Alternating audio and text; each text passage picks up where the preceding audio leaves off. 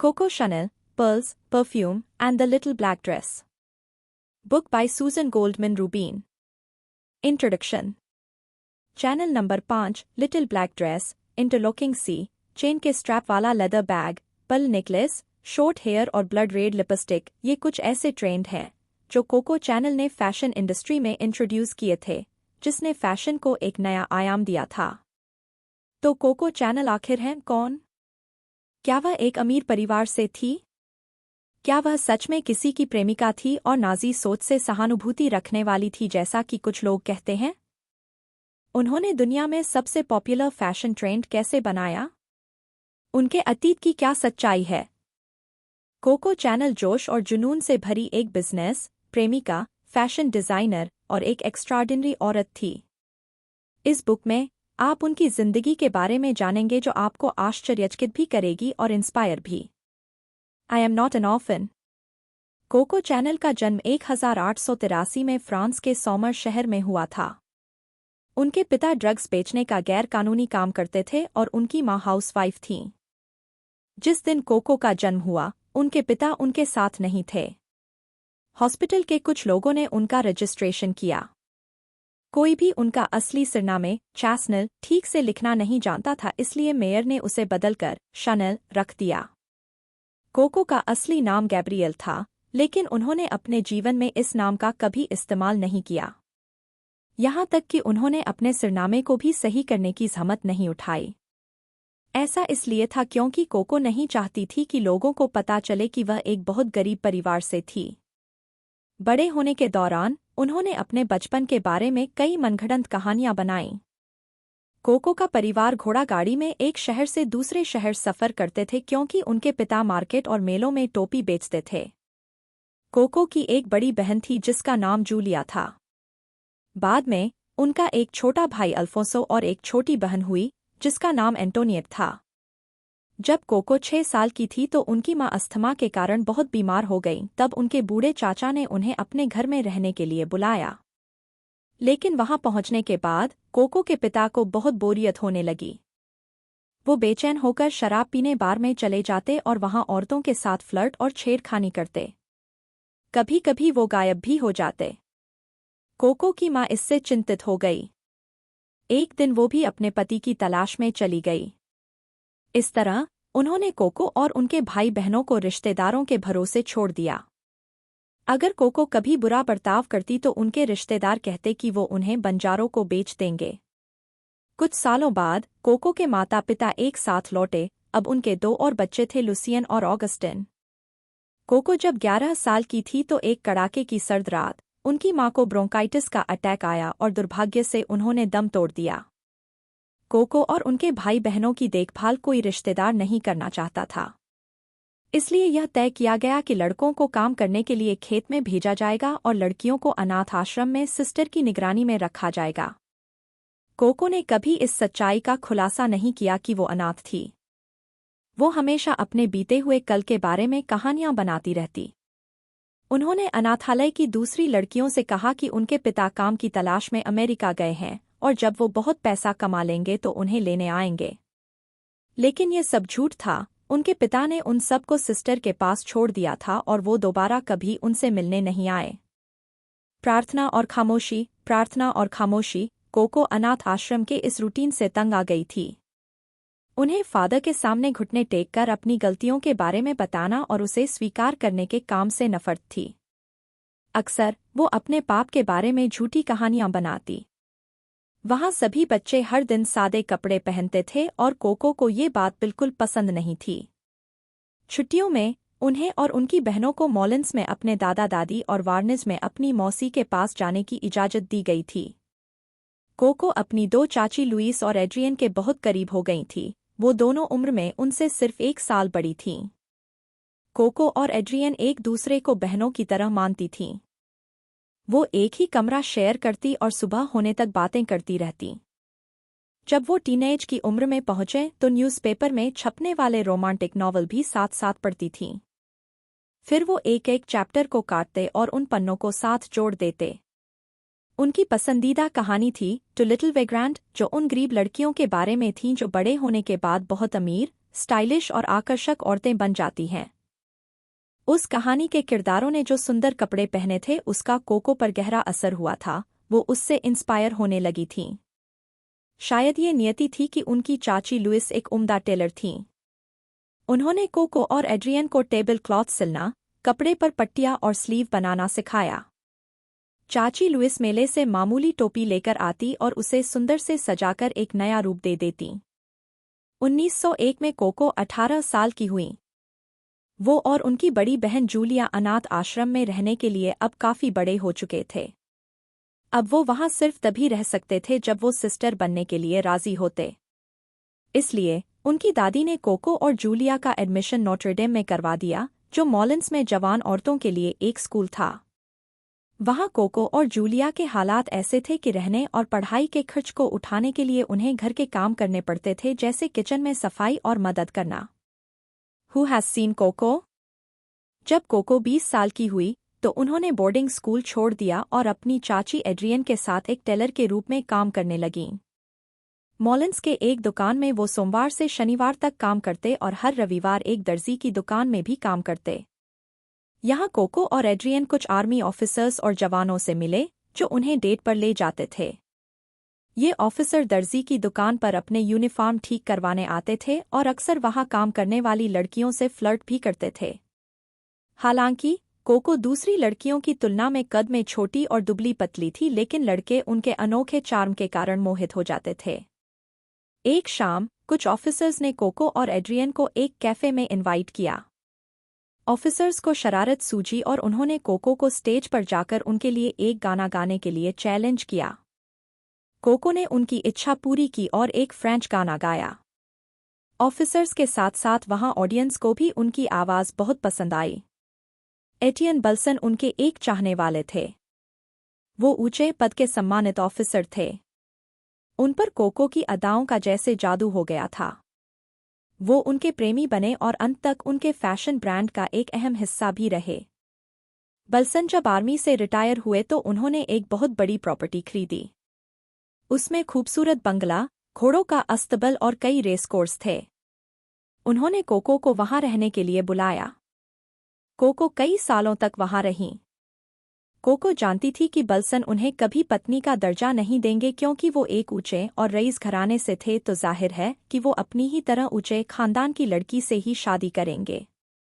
Cocoa तो बस एक आम टेलर थी जिसका एक रहस्यमयी अतीत था। इसलिए कोको ने बस वहां रहने का आनंद लिया। उन्होंने घोड़ों की सवारी करना सीखा।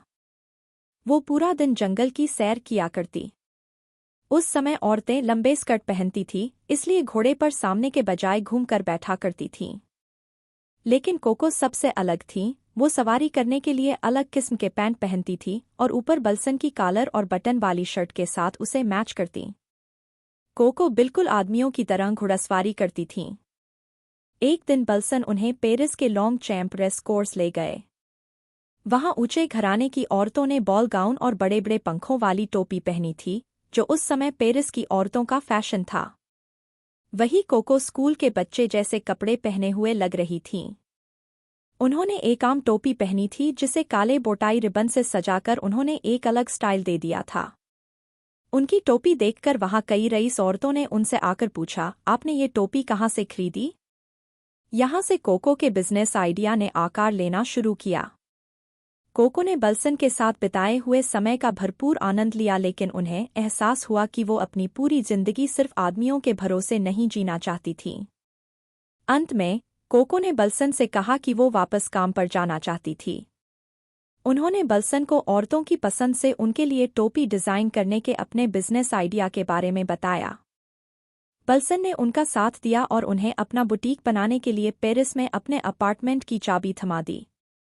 I was my own master। Balsan Coco के प्रति बहुत अच्छा व्यवहार करते थे और कोको ने भी इसमें कोई कसर नहीं छोड़ी थी। लेकिन फिर कोको एक आदमी से मिली जिसने उन्हें मंत्रमुग्ध कर दिया था। वो इंग्लैंड के पोलो प्लेयर आर्थर बॉय कैपेल थे। कोको ने कैपेल को पहली बार तब देखा जब वह पाइरेनीज पहाड़ों में बल्सन के साथ शिकार करने गई थी। उन्हें पहली नज़र में ही आर्थर से प्यार हो गया था। जब आर्थर का पेरिस लौटने का वक्त आया तो कोको ने बल्सन के नाम एक नोट लिखा जिसमें लिखा था, मेरे प्यारे 18, मुझे माफ कर दो, लेकिन मैं उससे प्यार करती हूँ।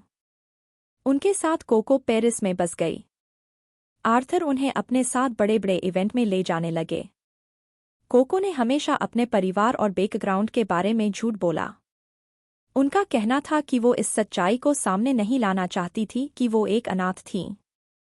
आर्थर अक्सर उनसे कहते, कोको तुम इतनी कहानियां कैसे बना सकती हो, लेकिन दूसरी ओर वो कोको को समझते भी थे और बल्सन की तरह उन्होंने भी कोको के बिजनेस में उनका पूरा साथ दिया।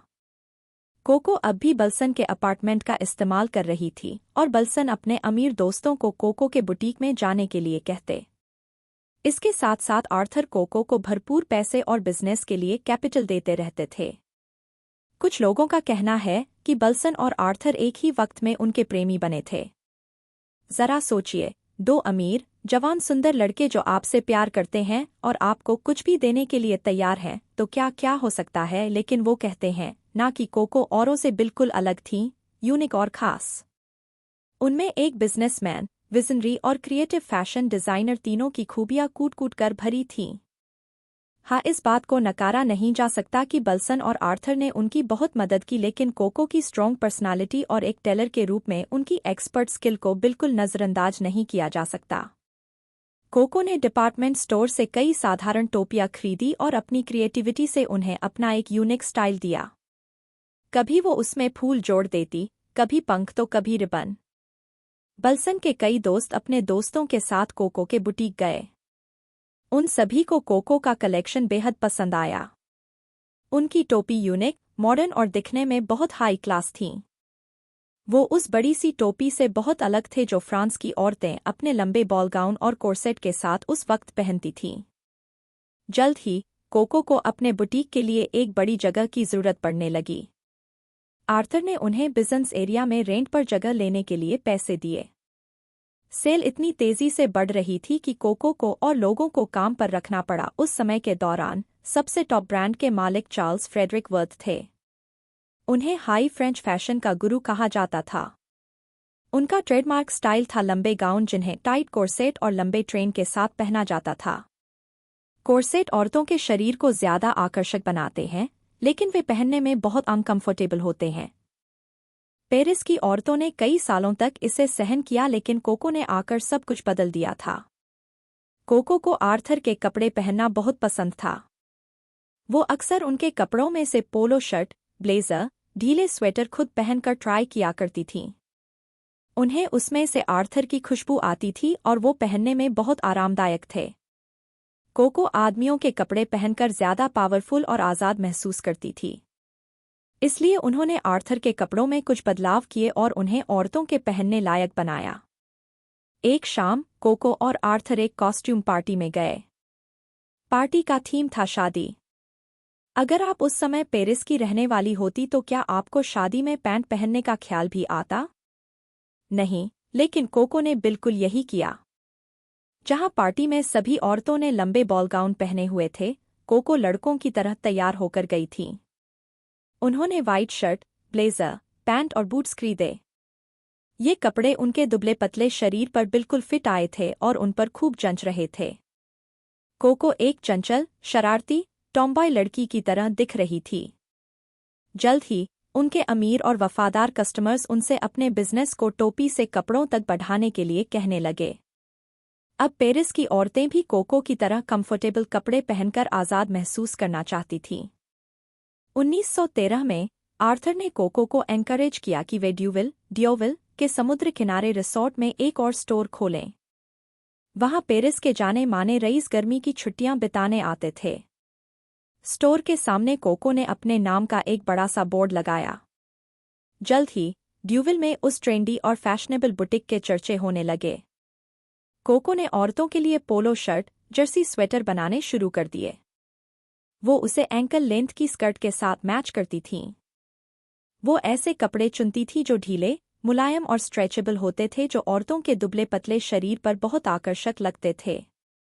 यहाँ तक कि जब 1914 में वर्ल्ड वॉर 1 शुरू हुआ, तब भी कोको चैनल के बिजनेस में तेजी आई। पेरिस के बड़े घराने के लोगों की कोको के स्टोर पर लाइन लग गई। उन्होंने बायरिट्स में एक नया स्टोर खोला जो स्पेनिश बॉर्डर के पास था। यह एक जबरदस्त बिजनेस स्ट्रोक था क्योंकि जंग के दौरान स्पेन किसी भी एक पक्ष में नहीं था। स्पेन का शाही परिवार भी कोको के कस्टमर बन गए और तब तक कोको के पास 3 स्टोर हो गए थे, जिनमें से एक पेरिस, ड्यूविल और बियारित्ज में था। Black wipes out everything. 1918 में आर्थर ने कोको का दिल तोड़ दिया। उन्होंने एक अंग्रेज औरत से शादी कर ली जो एक बड़े और ऊंचे घराने से थी। लेकिन शादी के बाद भी कोको और आर्थर एक दूसरे से मिलते रहे। एक शाम आर्थर अपने रोल्स रॉयस में कोको के बंगले से निकले। वह कांस में अपनी बहन के पास जाने वाले थे, लेकिन सड़क पर अचानक उनकी गाड़ी का टायर फटा जिस वजह से गाड़ी पलटी और फट गई। गाड़ी धू-धू कर जलने लगी। उस भयानक दुर्घटना में आर्थर की मौत हो गई। किसी ने कोको को रोते हुए नहीं तो देखा, लेकिन यह साफ था कि आर्थर की मौत से वो टूट गई थी। उन्होंने कहा था, 1919 में मुझे शोहरत मिली, मैं पहचानी जानी लगी, लेकिन फिर भी मैंने अपना सब कुछ खो दिया। उस समय के आसपास चैनल ने लाल दिल के आकार के झुमके लॉन्च किए थे। ये सोने से बना था और बीच में जो लाल दिल था उस पर एक दूसरे से जुड़े हुए 2 सी बने थे जो कोको और आर्थर चैपल के नाम थे। कोको ने आर्थर को श्रद्धांजलि देने के रूप में खुद को काम में बिजी कर लिया। आर्थर ने ज्यादातर जायदाद अपनी पत्नी और बेटी के नाम की थी, लेकिन उन्होंने कोको के नाम भी बहुत दौलत छोड़ी थी। कोको ने इसका इस्तेमाल पेरिस में अपने बुटीक को 5 फ्लोर की बिल्डिंग में शिफ्ट करने के लिए किया। जल्द ही कोको एक नए इनोवेशन के साथ आई, वो था द लिटिल ब्लैक ड्रेस। एक शाम कोको पेरिस ओपेरा हाउस में एक शो देखने गई। वहां उन्होंने उन औरतों के पहनावे को गौर से देखा जो प्रीमियर बॉक्स सीट में बैठी थीं। उन्होंने कहा, उन रंगों को देखकर मैं चकित थी, मानो मेरी आंखें चौंधियां गई हों। उन लाल, हरे, इलेक्ट्रिक ब्लू रंगों को देखकर मुझे लगा मेरी तबीयत ही खराब हो रही है। फूल और तितलियों वाले प्रिंटेड ड्रेस कोको के कॉम्पिटिटर पॉल पोयरेट के कारण पॉपुलर हुए थे। उस रात कोको ने खुद से और अपनी टेलर से कहा, ये सारे रंग बहुत भी भयानक और भड़कीले हैं। अब मैं इन सभी औरतों को ब्लैक कपड़े पहनाने जा रही हूँ। फ्रांस में हर कोई काले रंग को शोक और दुख जताने का रंग मानता था, लेकिन 1920 में कोको ने ब्लैक ड्रेस लॉन्च किया। इसके लिए उन्होंने ऊन और क्रेप के कपड़े का इस्तेमाल किया। उन्होंने राउंड नेक स्वेट शर्ट और क्लोज फिटिंग स्लीव डिजाइन किया और उसे नी लेंथ स्कर्ट के साथ मैच किया। कोको ने लिटिल ब्लैक ड्रेस के भी कई अलग अलग डिजाइन लॉन्च किए।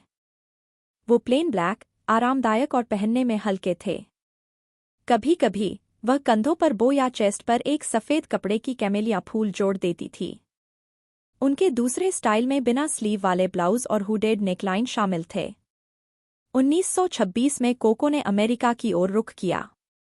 वोग मैगजीन ने लिटिल ब्लैक ड्रेस को फोर्ड ड्रेस का नाम दिया।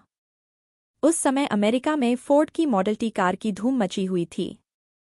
हेनरी फोर्ड ने जोर देकर कहा था कि वो कार सिर्फ एक ही रंग में बेची जाएगी, जो था ब्लैक कलर। फोर्ड की मॉडल टी की तरह ही कोको की लिटिल ब्लैक ड्रेस अमेरिका में बहुत बड़ी हिट साबित हुई।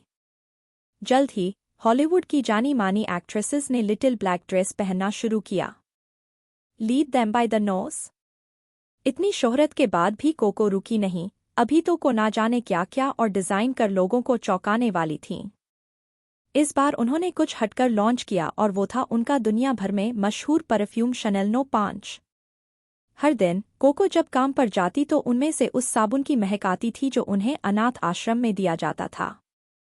हालांकि उन्हें परफ्यूम बेहद पसंद था और वो उसे अपनी कलाई और कान के पीछे थोड़ा सा लगाती थीं।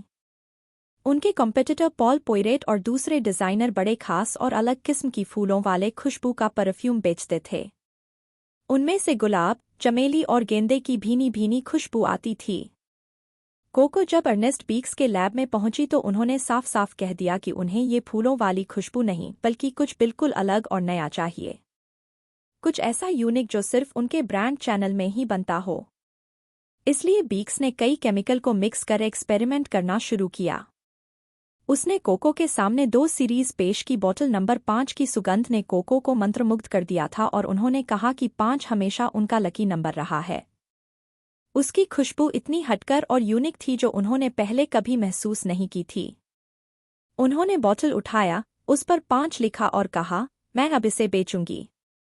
कोको ने अपने पुराने कस्टमर्स को इसका सैंपल दिया और अपने स्टोर में काम करने वाली लड़कियों से कहा कि उसे बुटीक में चारों ओर स्प्रे कर दे। उस समय बिकने वाले ज्यादातर परफ्यूम के रोमांटिक नाम हुआ करते थे और वो सब फ्लोरल प्रिंट के बॉटल में आते थे। कोको ने अपने एक्स्ट्राऑर्डिनरी परफ्यूम के लिए बड़ा ही प्लेन सिंपल बॉटल और सिंपल नाम चुना था। वो सिंपल जरूर था लेकिन बहुत हाई क्लास था। कोको का कहना था कि इस सिंपल डिजाइन का कारण था कि लोग इसके अंदर के सोने जैसे लिक्विड को देख पाएं। Chanel No. 5 इंस्टेंट हिट साबित हुआ। ये ऐसा था जैसे कोको के हाथ कोई जादुई चिराग लग गया हो। फ्रांस की औरतें इसकी खुशबू की दीवानी हो गईं। आज भी Chanel No. 5 top of the line perfume का सबसे ज्यादा बिकने वाला परफ्यूम है। A very bad dead person. 1939 में वर्ल्ड वॉर 2 शुरू हुआ। जर्मनी ने पोलैंड पर हमला किया, फिर फ्रांस और ग्रेट ब्रिटेन ने जर्मनी पर जंग का ऐलान कर दिया। हर बिजनेस की तरह कोको चैनल के लिए भी ये बहुत मुश्किल दौर था। वो उस समय 57 की थी और एक जानी मानी फैशन डिजाइनर बन चुकी थी। उस वक्त कोको ने अपने से कम उम्र के आदमी बैरनहांस गंथर वॉन डिंकलेज, जो एक जर्मन इंटेलिजेंस ऑफिसर थे, को डेट किया। यही कारण है कि लोगों ने कोको पर नाजी के प्रति सहानुभूति रखने का आरोप लगाया था। कोको ने उनका बचाव ये कहकर किया कि हांस जर्मन नहीं है, उनकी मां अंग्रेज थी। जंग खत्म होने के बाद कोको दोबारा अपने फैशन ब्रांड में जान डालने में मशगूल हो गईं। यहाँ तक कि उन्होंने 70 और 80 तक की उम्र में भी नए नए डिजाइनर्स जैसे Christian Dior, Yves Saint Laurent, Christian Dior और ईव्स सेंट लॉरेंट से जमकर मुकाबला किया और उन्हें जबरदस्त टक्कर दी। 1955 में कोको ने चेन स्ट्रैप के साथ अपना trademark leather shoulder bag launch किया। उन्होंने इसे 2.55 का नाम दिया। आज भी ये एलिगेंट बैग एक फैशन ट्रेंड बना हुआ है। तब से लेकर आज तक कोको के डिजाइन की नकल की जाती है। बुढ़ापे में जब उन्हें गठिया ने जकड़ लिया तब भी उन्होंने काम करना बंद नहीं किया। वो अपनी कैंची लेकर नए नए डिजाइन बनाने की धुन में लगी रहती। जनवरी 1971 में कोको अपने नए कलेक्शन के बारे में सोचने में मसरूफ थीं। उस वक्त उनकी उम्र 88 साल थी। उन्होंने अपने हेल्पर से कहा, मैं कल भी काम करूंगी, लेकिन वो शाम उनकी जिंदगी की आखिरी शाम में बदल गई। कोको ने अपने खूबसूरत और आलीशान घर में उस शाम आखिरी सांसें ली। उनके अंतिम संस्कार में कई जानी मानी हस्तियों के साथ साथ प्रेस के लोग भी शामिल हुए। उनकी कॉफिन अनगिनत खूबसूरत सफ़ेद फूलों से ढकी थी।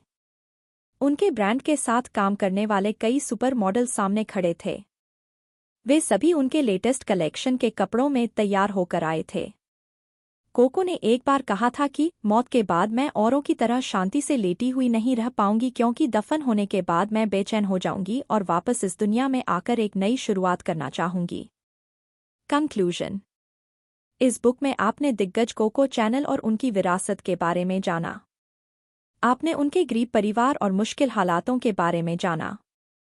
ये आपको उस सफ़र पर ले गई जहां आपने उन्हें एक आम टेलर से एक सम्मानित फैशन डिज़ाइनर बनते हुए देखा। आपने कोको के समर्पित प्रेमियों बल्सन और आर्थर के बारे में भी जाना। आपने उनके ट्रेडमार्क डिज़ाइन के बारे में जाना, जिसमें सजीदजी टोपियों से लेकर लड़कों जैसे कपड़े, लिटिल ब्लैक ड्रेस और परफ्यूम चैनल नंबर 5 शामिल हैं। आज भी Coco Chanel world class luxury brand बना हुआ है। उनके जीवन की कहानी ये साबित करती है कि कोई भी कामयाब हो सकता है, यहाँ तक कि एक छोटी जगह से आई गरीब अनाथ लड़की भी। कोको में जुनून, जोश, पक्का इरादा, जज्बा सब कूट-कूट कर भरा था और सबसे ज़रूरी बात, उन्हें खुद पर यकीन था। कुछ लोग कहते हैं कि वो एक झूठी, मौकापरस्त, नाजी से सहानुभूति करने वाली इंसान थी, लेकिन इस बात से इनकार नहीं किया जा सकता कि कोको चैनल इतिहास की सबसे पावरफुल और स्ट्रॉन्ग औरतों में से एक है, जिन्होंने अपना मुकाम खुद बनाया। उनके नाम की गूंज हर दशक में सुनाई देती रही है और उनका नाम अभी आने वाले कई दशकों तक जाना जाता रहेगा।